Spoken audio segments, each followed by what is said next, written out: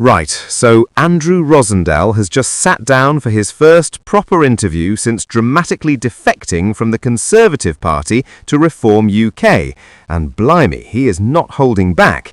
He has declared that Britain needs radical change, that we are heading in a spiral downwards under Keir Starmer's socialist government, and that the only person who can save us is Nigel Farage as Prime Minister. Yes, you heard that correctly. Nigel Farage, the man who has stood for Parliament 7 times and lost every single one, is apparently Britain's last hope for salvation. And Rosindell, who has been a Conservative for 45 years, longer than some of his constituents have been alive, has decided that now, right now, is the moment to abandon ship and join the Farage revolution. The drama is absolutely delicious. Quick favour, if you are loving this Westminster chaos, hit that subscribe button and smash the notifications bell. Over 94% of you have not yet. It is free, takes 2 seconds, and keeps us bringing you the juiciest political stories. Cheers if you did. Right, back to the defection drama. So let us set the scene properly, because this is not just any old MP switching parties. Andrew Rosindell has been a Conservative MP for nearly 25 years, representing Romford in East London. He has been a member of the Conservative Party for 45 years. That is longer than the internet has existed, longer than most people's marriages last, longer than some countries have been independent. This is a man whose political identity has been wrapped up in conservatism since before Margaret Thatcher even became Prime Minister. And now he has walked away from all of that to join a party that was only founded in its current form a few years ago, led by a man who spends half his time posting on social media and the other half giving interviews in pubs. Speaking to GB News, Rosindell did not mess about with diplomatic language or careful political positioning. He went straight for the jugular, saying, "I am tired of the way this country is heading. I want this country to be rescued from this disastrous socialist government. The only way that is going to happen is if Nigel Farage is our next Prime Minister. That much is clear." Now, there is so much to unpack in that single statement that we could be here all day, but let us start with the obvious. Calling Keir Starmer's government socialist is, how do we put this, a bit of a stretch. Starmer has spent his entire leadership running away from socialism as fast as his sensible shoes will carry him. He has expelled the left wing of his party, distanced himself from Jeremy Corbyn, refused to nationalise industries, and generally positioned Labour as about as socialist as a Waitrose loyalty card. But Rosindell is not interested in nuance or technical accuracy. He is painting a picture, creating a narrative, and that narrative is that Britain is spiralling into socialist chaos and only Nigel Farage can save us. It is dramatic, it is bold, it is also completely detached from political reality, but when has that ever stopped a politician on a mission? He declared that the country needs radical change in politics and said it may be that the Conservatives and Reform in the end have to work together, but this country needs radical change. We need to reform this country because at the moment we are heading in a spiral downwards. The spiral downwards metaphor is interesting because it suggests rapid, uncontrolled decline, like water circling a drain. And from Rosindell's perspective, perhaps that is exactly what he sees. But the question is, what does radical change actually mean? Because radical can mean anything from minor policy tweaks to complete revolutionary transformation, and Rosindell has not exactly been specific. He wants to reform the country, which is conveniently vague enough that everyone can project their own desires onto it, whilst being dramatic enough to sound important. Reflecting on his nearly 50 years as a Conservative, a genuinely impressive tenure by any measure, Rosindell admitted it was a hard decision to leave.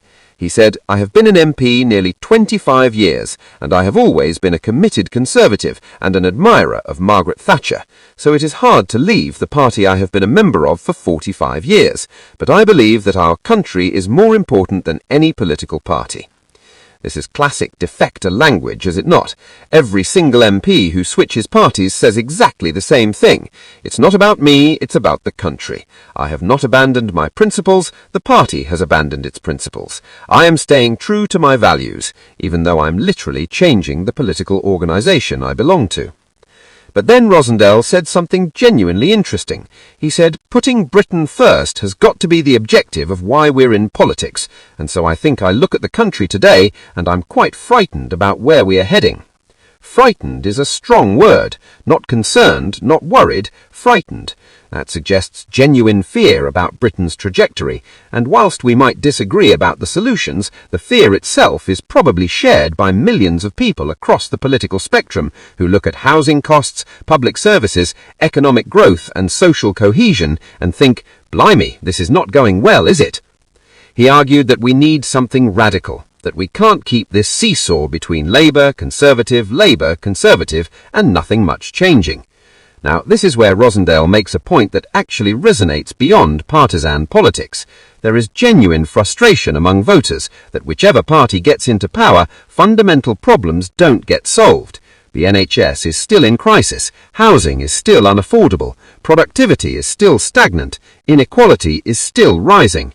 The political class keeps promising change and then delivering more of the same with a slightly different colour rosette. So the appetite for something genuinely different, something radical, is real. The question, and it's a massive question, is whether Reform UK represents that radical change or whether it is just another flavour of populist protest that will ultimately deliver nothing. Farage has been in politics for decades now, and what has he actually achieved in terms of governing? He has never held ministerial office, he has never had to make the difficult trade-offs that come with actual power. He has never had to deliver a budget or negotiate with the civil service or implement complex policy. He has been brilliant at campaigning, at identifying grievances, at channeling anger, but can he actually govern? That remains entirely unproven. But when faced with concrete situations involving people and parties they actually dislike, their commitment to that principle evaporates faster than water on a hot stove. Now, to be fair to universities, the government has been taking steps to address these issues. The Office for Students was handed more powers to examine complaints from speakers, students and staff regarding free speech infringements. In August of last year, new rules were unveiled binding universities to actively support academic freedom and ensure students can freely engage in discussions without fears over censorship. The regulations also scrapped non-disclosure agreements intended to silence campus misconduct victims, which is genuinely positive. If a university is accused of suppressing free speech, the Office for Students now has authority to investigate and take action. The University of Sussex was hit with a £585,000 fine over failure to uphold free speech just last year. So there are consequences now, real financial consequences, for universities that don't protect open debate. But here's the problem. You can mandate free speech from the top down. You can threaten fines and investigations. You can create all the policies and procedures you want. But if students themselves don't value free expression, if they genuinely believe that banning people they disagree with is acceptable or even virtuous, then no amount of regulatory oversight will fix the underlying cultural problem. This isn't about university administrators being too restrictive. This is about students themselves demanding restrictions. That's much harder to solve because you're fighting against attitudes and beliefs, not just institutional policies. Let's think about why this might be happening, because understanding the cause is essential to finding solutions. One factor is undoubtedly social media, which has created environments where people can curate their information diet to include only views they already agree with, where disagreement is often met with blocking or muting rather than engagement, where pile-ons and public shaming are used to enforce conformity. Students raised in that environment might genuinely not understand the value of encountering challenging ideas because they've never had to seriously engage with them. Another factor is probably the increasing politicization of everything. When politics stops being about competing visions for society and starts being about good people versus evil people, it becomes much easier to justify silencing the evil people because you're not just disagreeing with them, you're protecting society from harm. That's a dangerous mindset because it treats political opponents as enemies to be defeated rather than citizens to be persuaded. There's also potentially an element of risk aversion. This generation of students has grown up being told that words can be violence, that certain ideas are literally dangerous, that exposure to the wrong viewpoints can cause psychological harm. If you genuinely believe that, then banning speakers isn't censorship, it's safeguarding, it's protecting vulnerable people from harm.